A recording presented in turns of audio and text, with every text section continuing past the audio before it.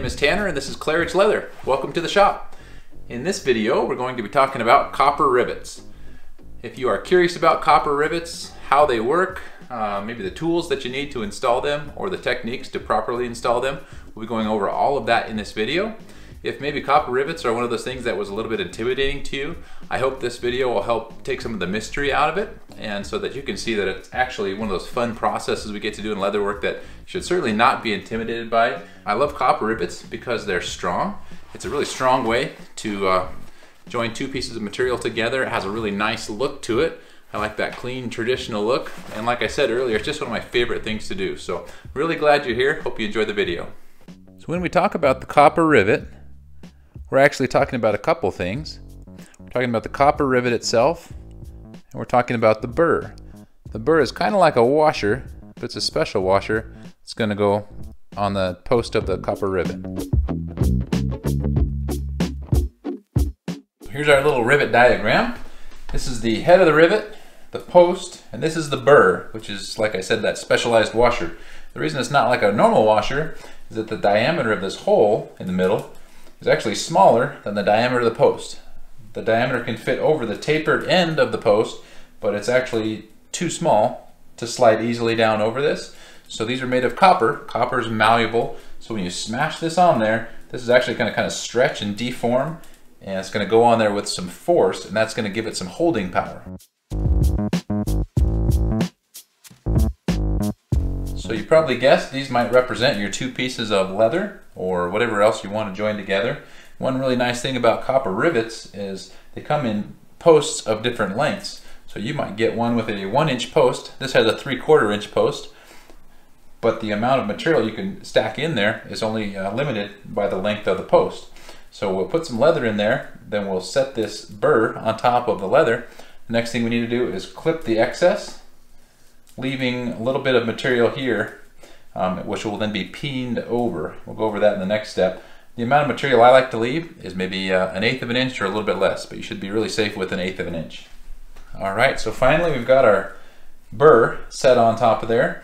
The last thing we need to do now is peen this over, what we had remaining from the previous step. So peening just means to sort of smash this malleable metal out over the burr that's sitting on top of our leather sandwich. So we're going to smash it, and it's going to kind of deform and mushroom out. It's going to kind of go toward the sides. It's going to broaden in its surface area to provide that real holding power for our stack of leather. Now let's talk about the tools we'll need to install our rivets. The first thing we need to do is make a hole in the leather. So you need a leather punch of some sort. You could use a rotary punch. You could use a hole punch like this. And for these number 12 rivets, that's the diameter of the rivet, I use this 1/8 inch punch. And it seems to work well for that size of rivet. Next we'll need a setter. This is a tool that has a hole in the end, and the hole is just a little bit bigger than the post of the rivet, and so this tool is used to push the burr down over the post. The next tool we're going to need is the peening tool. This has a little tiny dome in there, and so after we've clipped the top of that post, the peening tool helps get started with mushrooming the top of that rivet over. And finally, this is a doming tool, which is not always used, but it has a concave shape to it, and it's used on the other side to actually create a domed look to the head of the rivet, which can be on the underside or at least the opposite side of the burr. You'll often see it in saddles and things like that. I think it adds a touch of class. Certainly don't need to do it though, and your rivet set may not have come with that tool, so if you don't have it, no problem. You'll need something to clip the rivet. These are some end cutting nippers. I really like these. These are a channel lock number 357. They work really well. Anything like this though that's strong enough to clip through this copper, as well as to get down flush, pretty close to the surface of the leather. That's what you'll need. You'll need some sort of a mallet or maul. I use this plastic one. Generally want to use something besides metal on metal tools. So generally when I do my beating on these, it's not with a metal hammer.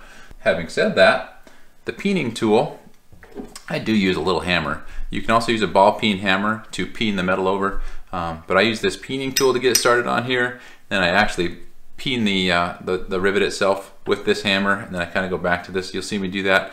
It does mushroom the head of this tool over a little bit, but I'm okay with that. I suppose it's good to wear safety goggles if you want to. And the last thing you're going to need is an anvil or a hunk of steel or a piece of granite or anything like that, something that's solid beneath the rivet that you're setting. So with that said, let's install a rivet.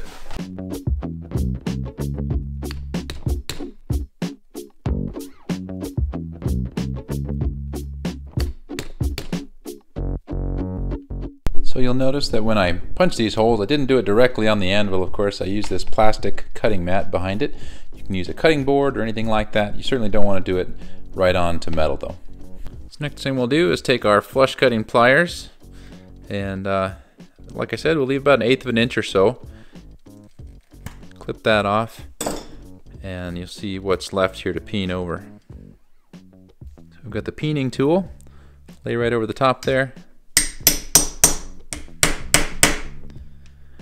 I like to start with the peening tool, hit it with the hammer a little bit, and then this sort of flattens that out over the burr a little bit more. And then I go back to the peening tool, kind of round it out. And this is a personal thing. You can kind of go to whatever level you like. That's sort of a nice clean look. If you had a ball peen hammer, you could go around and make it sort of that hand hammered look. And the last thing we'll do is dome the head of the rivet here. So this is our concave domer. It's going to go right on top, just kind of meeting up concentric with the head of the rivet there. This doesn't take a whole lot of pressure, but you can see there, it kind of sets that down and gives it a convex look, which is kind of nice. Let's do one more just to start to finish here. We'll install the rivet and the burr, the setter. We'll nip it, peen,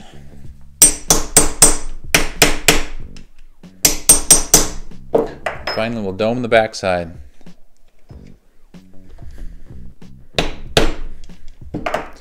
And that's how you do it. Now I think at the beginning I mentioned I would show you one more thing, one more way to really increase the strength of a rivet as a joining feature in your leatherwork.